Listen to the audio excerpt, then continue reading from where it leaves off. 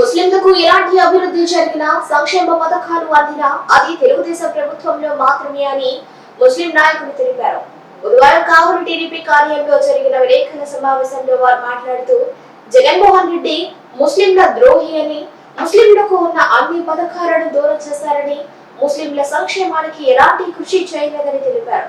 ముస్లింలకు పెద్ద ఎత్తున సంక్షేమ పథకాలు అందించిన, ముస్లింల అభివృద్ధికి కృషి చేసిన తెలుగుదేశం పార్టీని అధికారంలోకి రావడం కోసం తమ వంతు కృషి చేస్తామని అన్నారు.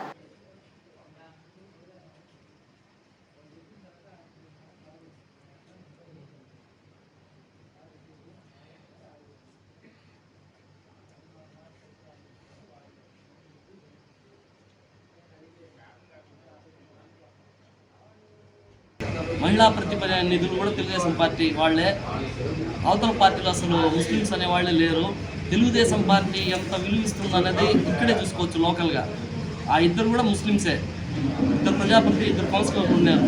దాని తర్వాత ముఖ్యంగా మైనార్టీ కార్పొరేషన్ ద్వారా మేము అప్పుడు ఉన్నప్పుడు 5 ఏళ్లలో ప్రతి వార్డులో ముస్లింల ప్రాధాన్యత ఉన్న ప్రతి వార్డులో సంవత్సరానికి 10 మందికి తగ్గకుండా దాదాపుగా 5 ఏళ్లలో 50 మందికి ఒక వార్డులో 2 లక్షల నుంచి 3 లక్షల రూపాయలు మైనార్టీ కార్పొరేషన్ ద్వారా డైరెక్ట్గా లోన్స్ ఇస్తే ఇలాంటి షూరిటీ అందులో 1 లక్ష రూపాయలు సబ్సిడీ ఉండేది.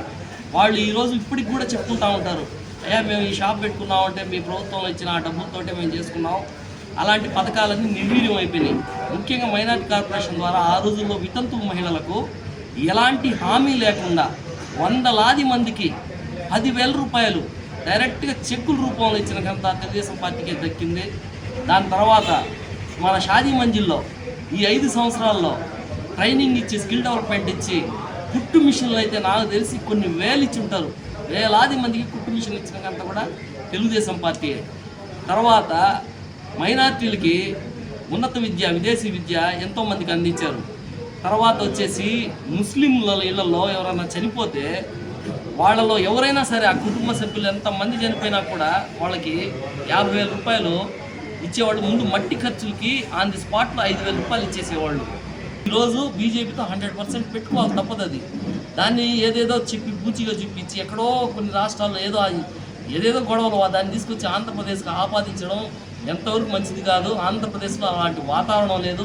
ఇక్కడ హిందూ ముస్లిం సోదరులు అనేవాళ్ళు అన్నదమ్ముల్లా ఉంటారు. ఇదంతా విధులైన కావలి నియోజకవర్గం ముస్లిం సోదరులు తెలుసుకుంటారని తెలియజేసుకుని, మీరు మళ్ళీ ముస్లిం మీద మాకు అంత ప్రేమ ఉంది, ఇంత ప్రేమ ఉంది, మేము పెద్ద విషయము అని ఎలా చెప్తారండి? మీరు ఆలోచించాల్సిన అవసరం ఉంది.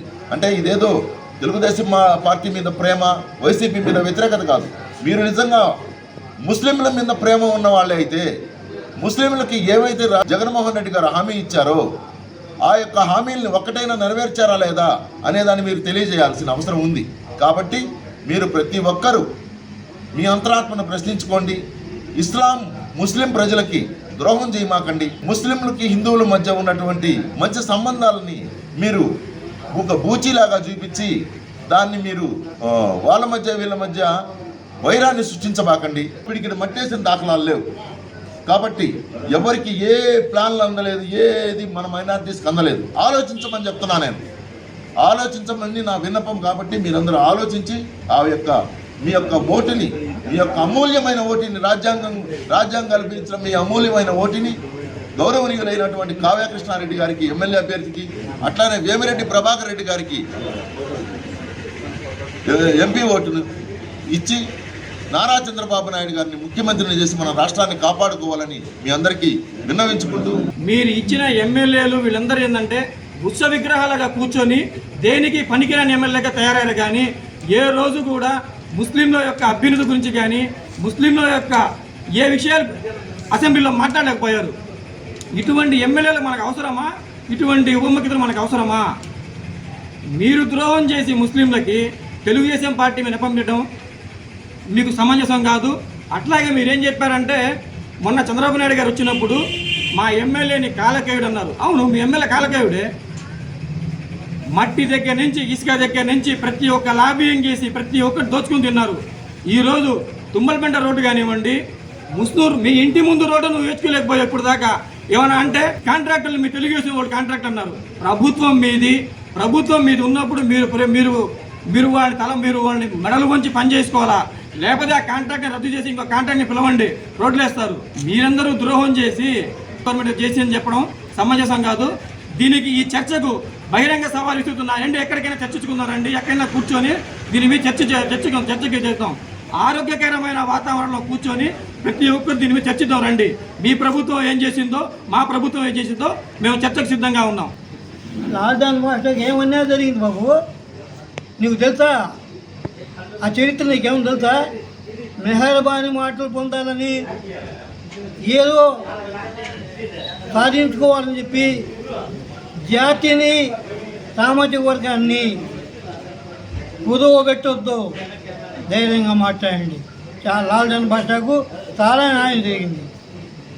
మీరు ముస్లింలకు చంద్రబాబు నాయుడు ఎమ్మెల్యే సీట్లు ఇవన్నీ ఇచ్చాడు అని కొండ మిరపకాయ అంత చాలు. మాకు లాస్ట్ మినిట్లో భారతదేశంలోనే పేరు సంపాదించినటువంటి మహమ్మద్ షరీఫ్ని శాసన మండలి అధ్యక్షుడు పెట్టారు.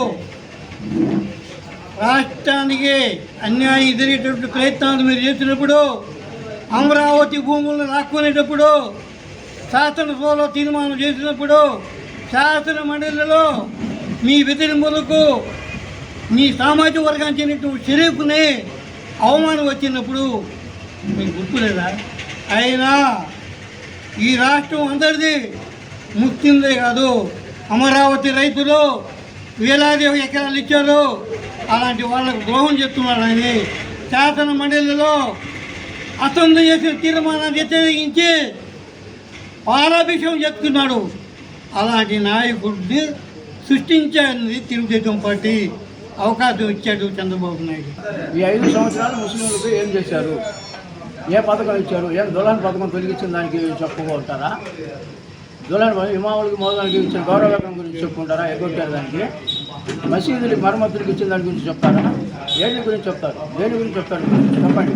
ముస్లింల ద్రోహి చంద్రబాబు అంటున్నారు. ఎవరు ద్రోహి అనేది మీ గుండెల మీద, మీ మనస్సాక్షికి మీరు చెప్పండి. జగన్మోహన్ రెడ్డి ముస్లిం ద్రోహి. ఈ 5 సంవత్సరాలు ముస్లింలకు ఏం చేశారు?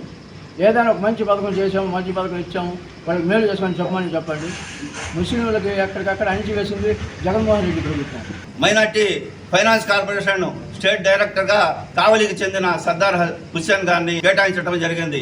కాబట్టి తెలుగుదేశం పార్టీలోనే మైనార్టీలకి న్యాయం జరిగిందని ఈ సందర్భంగా తెలియజేస్తూ, ఈ స్టేట్లో ఉన్న ముస్లిమ్స్ అందరూ జగన్మోహన్ రెడ్డి గారికి ఓడిపియడం మన బాధ్యత తీసుకుని ప్రతి ఒక్క ముస్లిమ్స్ మనసులో పెట్టుకుని 2019లో ఎన్ఆర్సీసీఏ పౌరసత్వ బిల్ని అమలు తీసుకొచ్చింది ఎవరు, దానికి లోక్సభలో పెట్టింది ఎవరు, ఇవన్నీ మనం గమనించుకొని మైనార్టీ అందరూ కలిసి చంద్రబాబు నాయుడు గారు గెలిపించుకోవాలని ప్రార్థిస్తున్నాం.